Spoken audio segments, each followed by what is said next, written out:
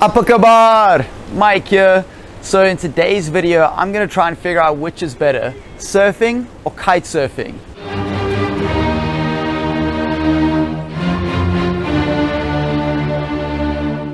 So I'm in Uluwatu, Bali at the moment, and I was meant to be kite surfing in Spain, but coronavirus changed those plans. So I realized a lot of you guys are stuck at home in the lockdown, or you're doing social distancing, and I hope that my videos can give you guys some entertainment over the next few weeks.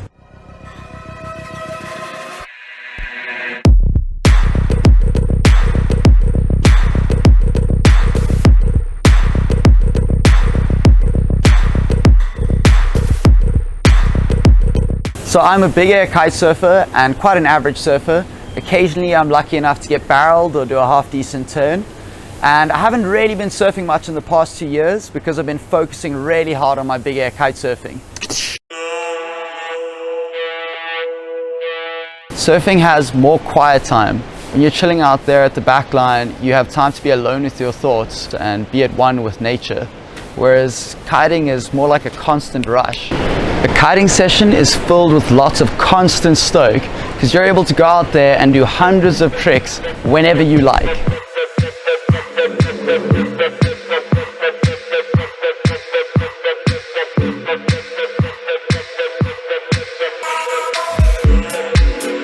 In a surfing session, even though you catch less waves, it gives you a stoke like no other.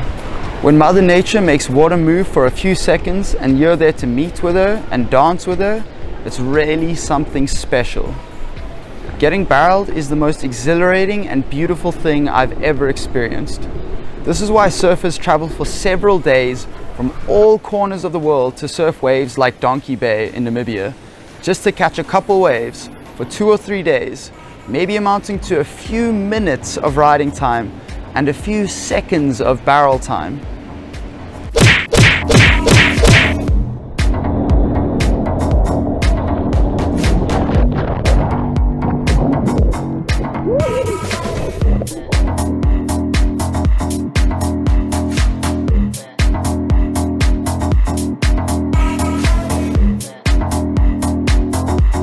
Estimates vary hugely, but it's safe to say there are approximately 23 million surfers in the world and 1 million kiters, making surfing much more competitive than kiting.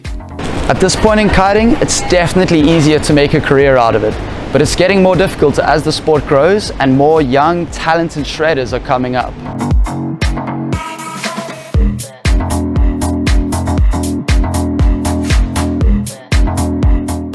Good luck being a pro surfer. Professional surfing is super competitive, with only a handful of guys being able to make a living off of the sport and hundreds of guys in their wake just trying their best to get by doing what they love. Yeah, there's just so many guys who want to be pros and there's so much talent out there.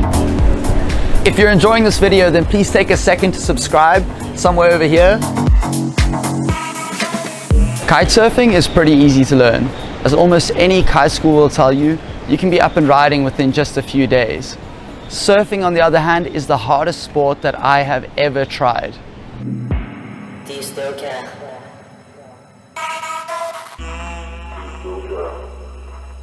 Just the act of paddling out and being strong and fit enough to get out to backline before you've even caught a wave is super challenging. That being said, surfing is definitely better for your health, whereas with kiting, if you're just mowing the lawn all day, the kite's doing the work and you're just along for the ride.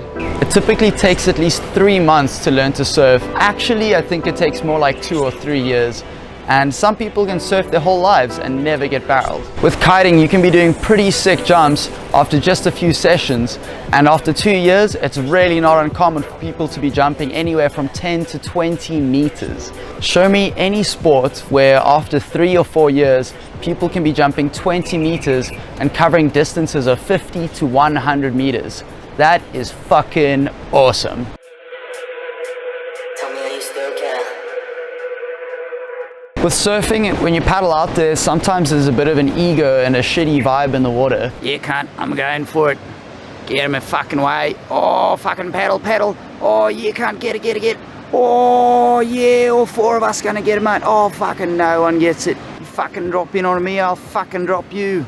And that's because with surfing, there's only a couple waves and there's a lot of guys wanting to get that wave. Whereas with kiting, there's tons of wind, and if there's space, you can do your thing.